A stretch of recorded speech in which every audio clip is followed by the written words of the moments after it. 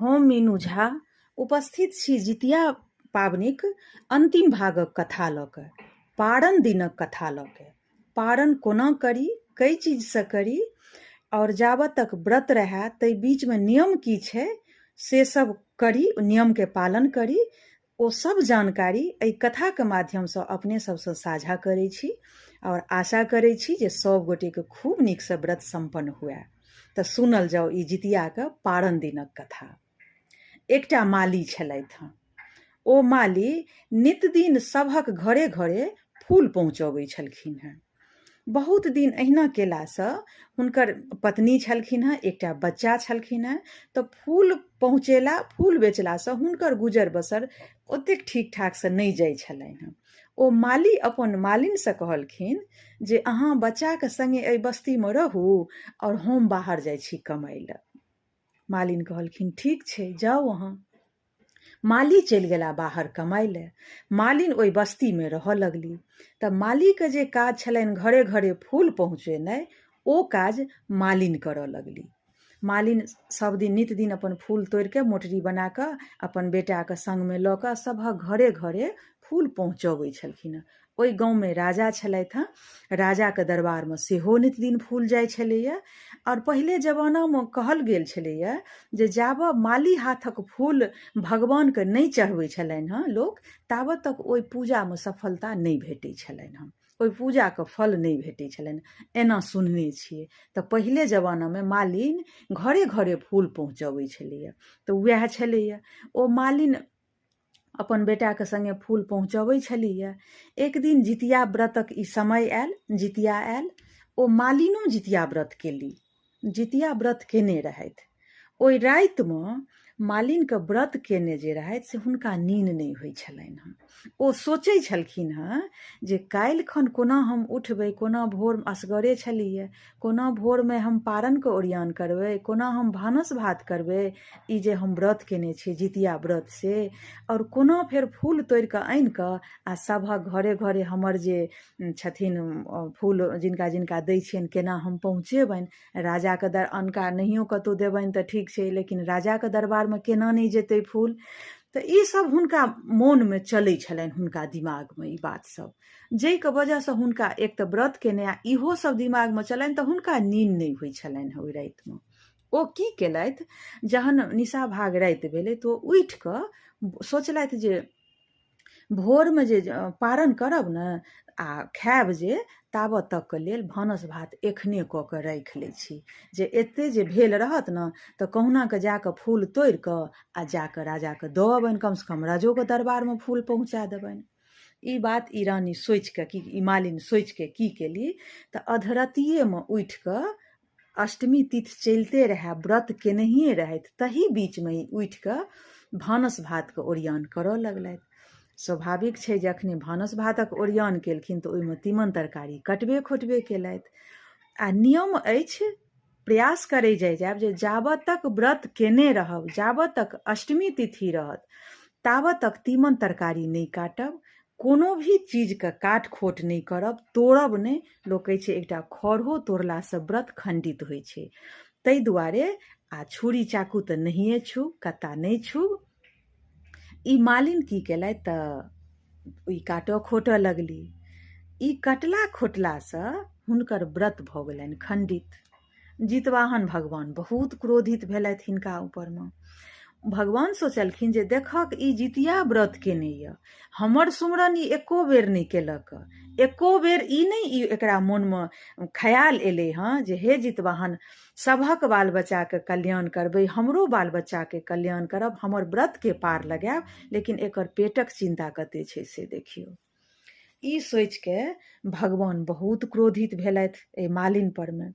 मालिनके एहन मतलब दुर्दशा भऽ गेल ओ व्रत केलासँ जे एकरा भोरमे भानस भात केला कऽ के रखने छलै, तैयो एकरा उठल नहि भेलै, उठले नहि होइ।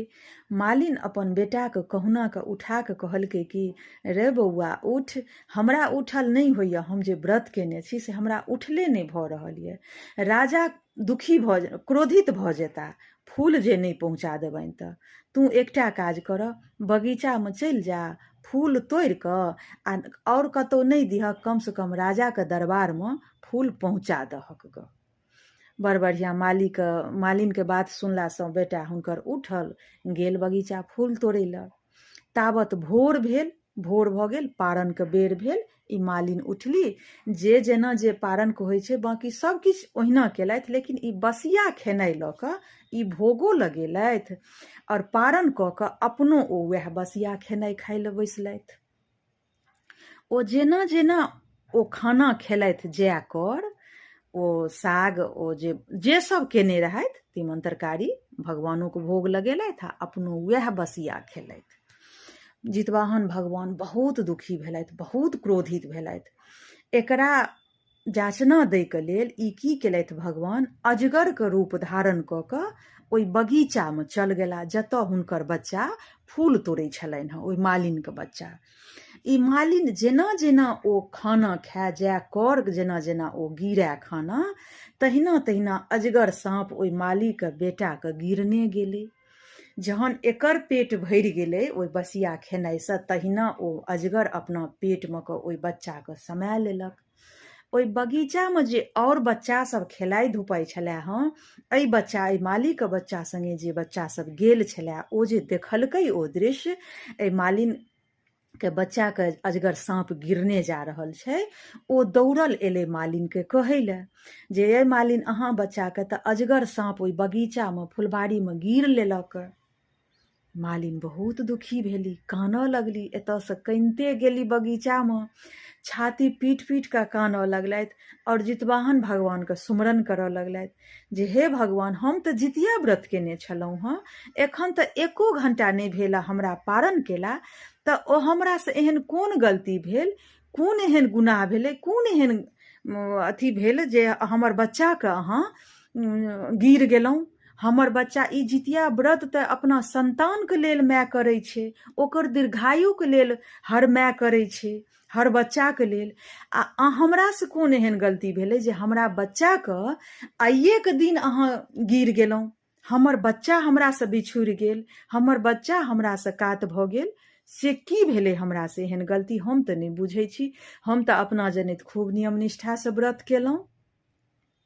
एहि मायके करुणा देख कऽ भगवान जितवाहन भगवान आकाशवाणीसँ ओहि मालिनके कहलखिन जे व्रत तऽ तू केने छलऽ हँ, लेकिन तोरा एको बेर ई ध्यानमे नहि एलौ जे हमर बाल बच्चा दीर्घायु रहै। हे जितवाहन भगवान, हमरा खूब नीकसँ व्रतके पार लगाएब, ओ मोनमे भावना तोरा नहि एलौ, लेकिन तोरा ई धैर्य जरूर रहौ, तोहर अपन पेटक चिन्ता रहौ जे भोरमे हम केना पारण करब, केना भानस भात करब आ कोना हम मालिकके एहिठाम फूल पहुँचाएब ग, तकर चिन्ता तोरा रहौ।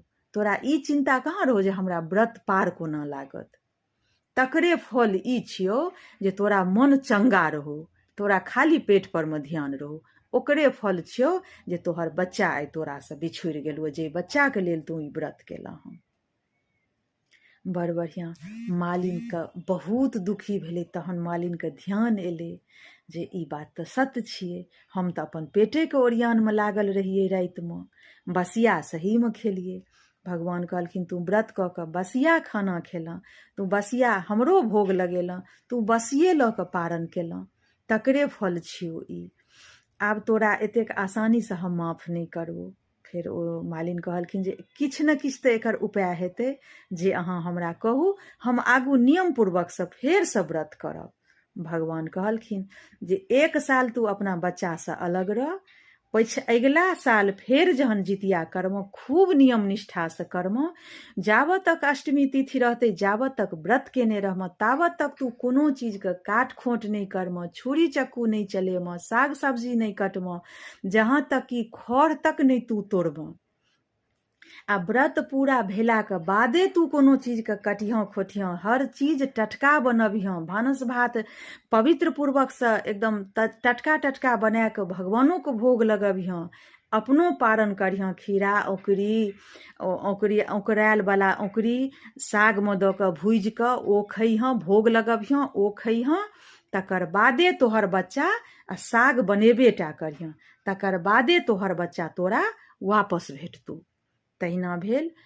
फेर अबैवला सालमे जितिया केलक, खूब नियम निष्ठासँ व्रत केलक। आ जेना जेना ओहि साल ओ गरम गरम खाना खेलक, तहिना तहिना जहिना जहिना एकर पेट भरल जाय टटका खानासँ, तहिना तहिना जितवाहन भगवान ओ अजगरके पेटमे जे ओ देने रहथिन ओहि बच्चाके, तहिना तहिना जे ओहि बच्चाके निकालने गेलखिन। जहन लास्टमे एकर पेट भरि गेलै, तहिना लास्टमे फेर ओहि बच्चाके बाहर निकालि देलखिन। फेर ओ बच्चा आयल अपना माय लगमे, मायसँ मिलल।